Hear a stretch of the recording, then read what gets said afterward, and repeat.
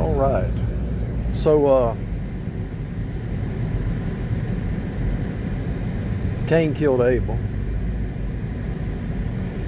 Jezebel tried to kill all the true prophets. In Revelation, the Jezebel spirit, the harlot riding the beast. The harlot riding the beast is portrayed in Revelation, right?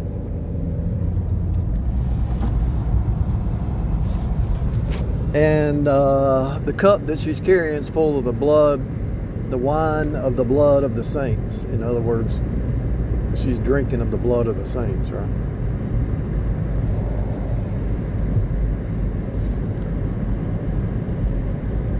Eve went down into deception, took the whole race down. Eve was the first Jezebel. The devil was really the first Jezebel, but Eve followed after.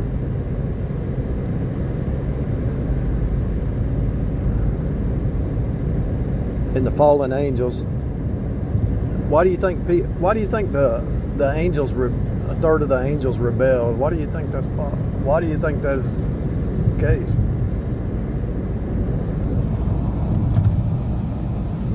Why do you think the devil's mad? Why do you think that the kings of the earth are rebelling against God? The Bible says the kings of the earth are fighting against God. The devil stirs them up and they fight against God again. Why would they do that? The reason is, in my opinion, I could be wrong about this. I'm not claiming this is doctrine, but I believe the devil saw the script and he was angry because his role is the joker. But God knew the heart of mankind in the womb. God knew when he made man that some would fall, some wouldn't. So should he make the script? Should he design the script? There's always a Batman and a Joker, right? There's always a Flash and an anti-Flash. So they're mad because you are the elect. They're angry because you are the elect saints. And God protects his own. And they have to come up with these fraternities and sororities and these secret societies to protect themselves. Why do you think they all hang out together and they all go out and drink and stuff? Why do you think they hate you? Because you don't run with them to the same excess of riot. So we see the Jezebel thread all the way through, from Genesis to Revelation. Eve was the first Jezebel. Adam loved Eve, so he went down with the ship. Eve is a piece cut off. You might say, well, how if Eve dropped us down into sin, how can in Adam all die? Eve is the side of Adam. The object lesson is you have the Jezebel spirit in you called the flesh, the old Adamic nature. Everybody does. So it's trying to kill you, but it has to die daily. They threw Jezebel out the window, right? In order for the nation to run right and peacefully and orderly, your flesh mind has to die.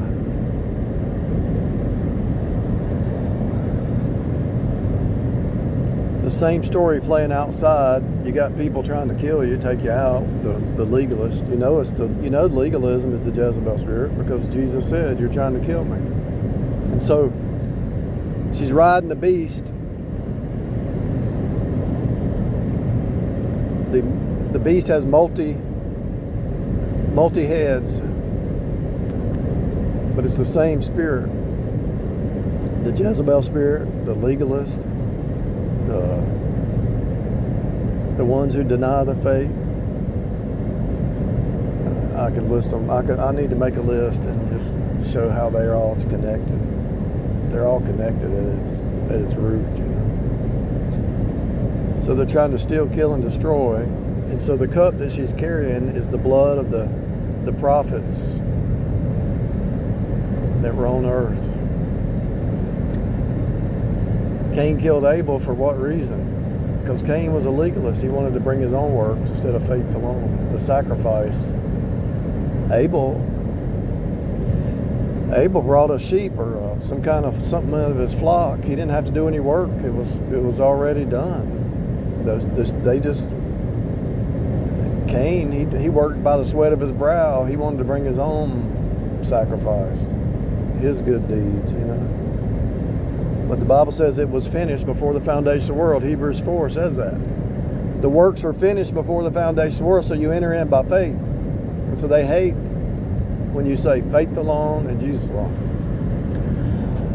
And these agents,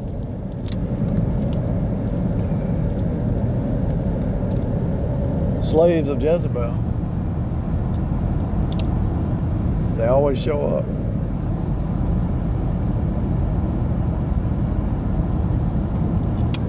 When you are able to rightly divide the word and see it for what it is, they have to show up with a mask. Just like the psychopath puts on a mask, but there's always a crack in the mask. They want to lock you into a marriage or lock you into an agreement or a business or some kind of long-term commitment.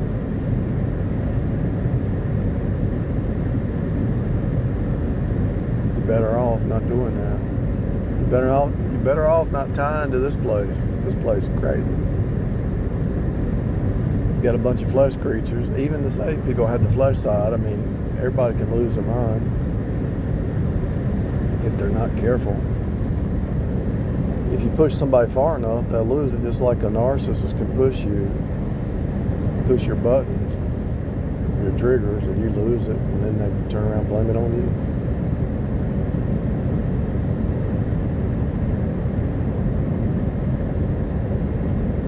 They push your triggers, you lose it, and then they turn around and say, see, you're crazy.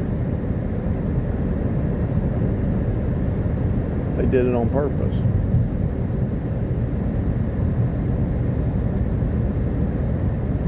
All you have to do is just do a Google search the last 30 to 60 or 90 days of people killing each other in their own house. That's ridiculous.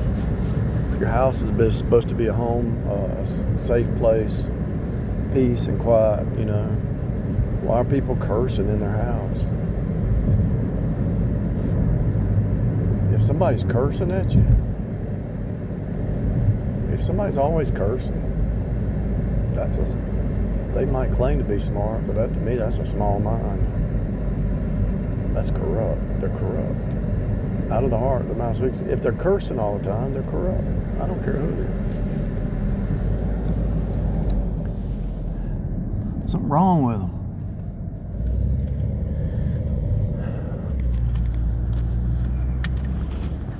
Why are they so lazy not to learn some new vocabulary?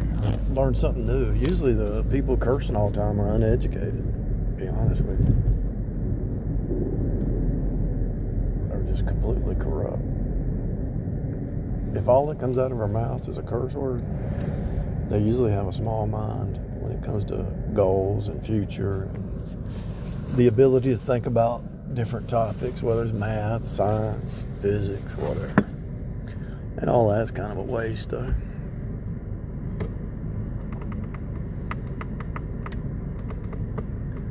I probably have,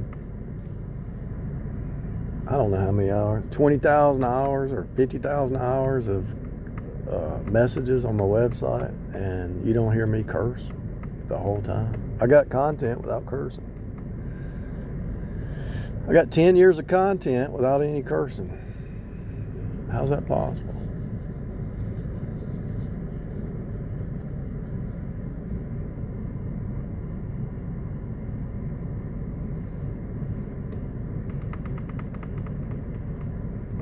It's a miracle, though. That's all I was raised around, a bunch of cursing.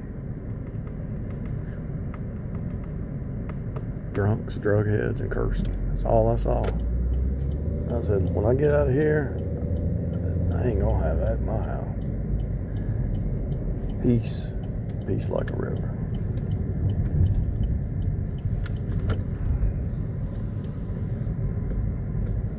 And David in the Bible said he wouldn't have a liar in his face or a liar in his house. And I agree with him.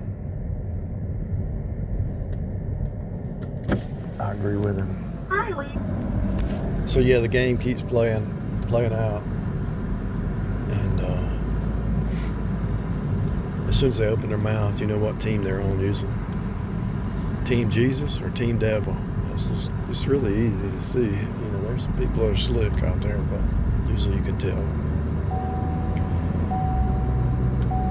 Because if there's no peace in their heart, if they don't have any peace, out of the heart the mouth speaks, right? Trust me, I deal with them every day.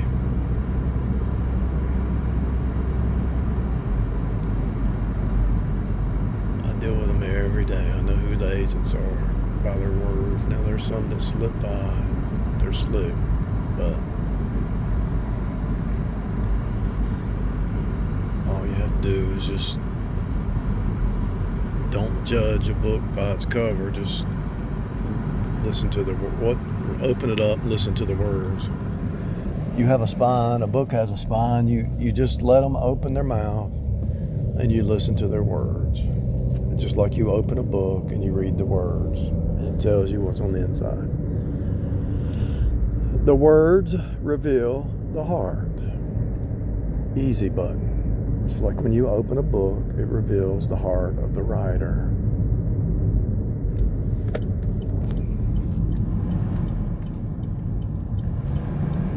It's not complicated.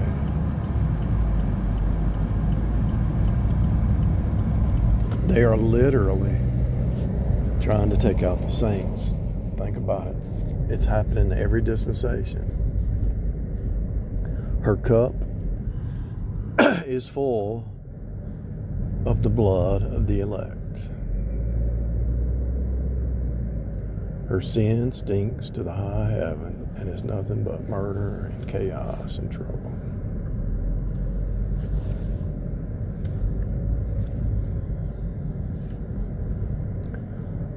No peace. No peace, saith the Lord to the wicked.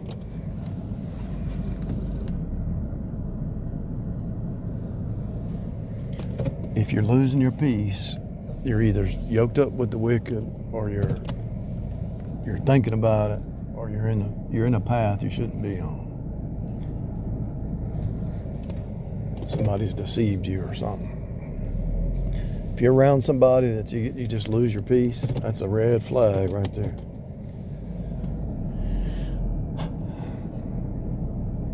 That's a red flag.